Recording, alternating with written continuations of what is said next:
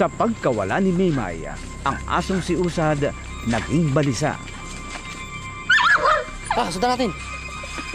Ginamit nito ang matalas na pangamoy para hanapin ang batang sa kanya nagbigay ng pagmamahal at atensyon.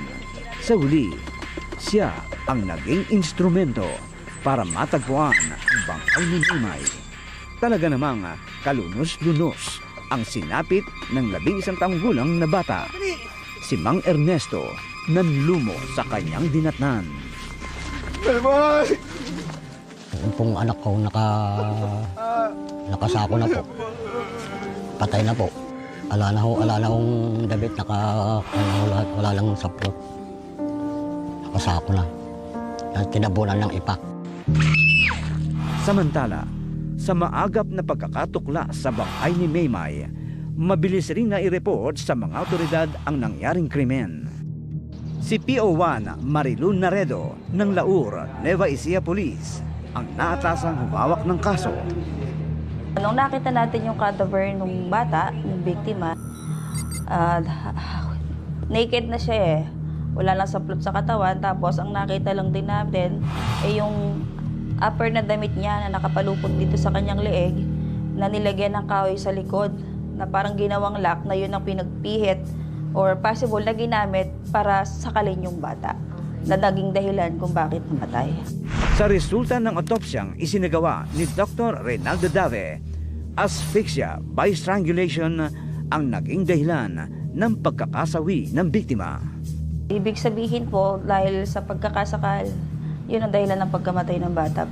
Bukod pa diyan, may mga palatandaang ring hinalay muna ang biktima bago pinaslang.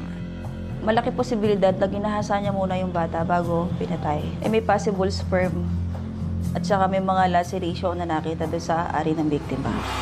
Batay pa sa investigasyon ng Laur Police. Mukha siyang kinaladkad. Tapos doon sa area din na yon kung saan siya malapit na tinabunan ng ipa o na isinilit sa sako, nakita rin natin yung kanyang underwear at shorts na gamit ng bata bago siya mawala. Sa pantaha pa ng mga otoridad, posible umanong kakilala ng biktima ang salarin. Maaaring pamilya din raw sa lugar ang suspect.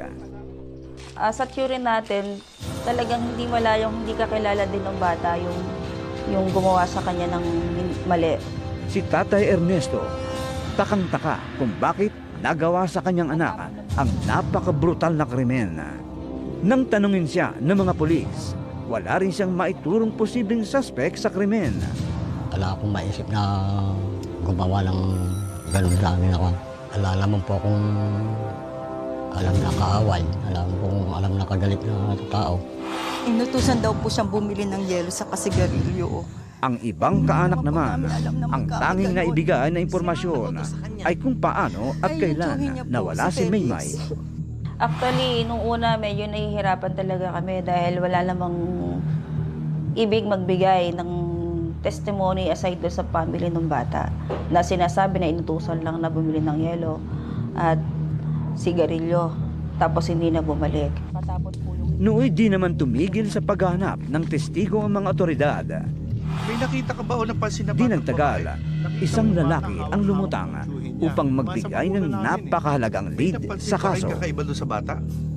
Umiiyak siya.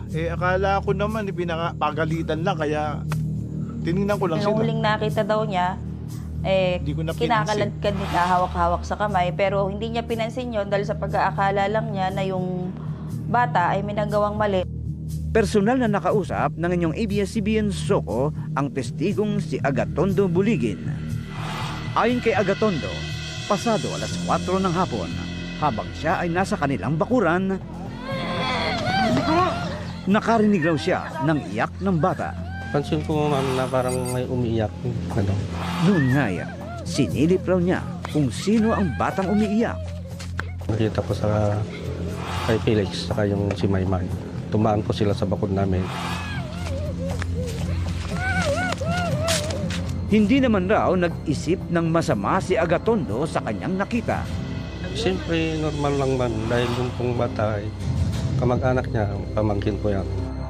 Talaga namang nagulat ang lahat sa pahayag ng testigo. dahil ang suspect sa krimen ay malapit na kaanak ng biktima. Ang lalaki, kinilala ng Laur Police sa pangalang Felix de la Cruz, 21 anyos, tiyuhin ni Maymay. Itong si Felix, tumulong pangaraw sa paghanap kay Maymay. Hinahanap niyo daw si Maymay. Tutulong ako sa paghahanap. Sige, Felix, salamat. Sige, tara. Samahan kita, ikaw. May! Nakaubad pa nga siya ng amoy. Nakasor pa, nakaubad.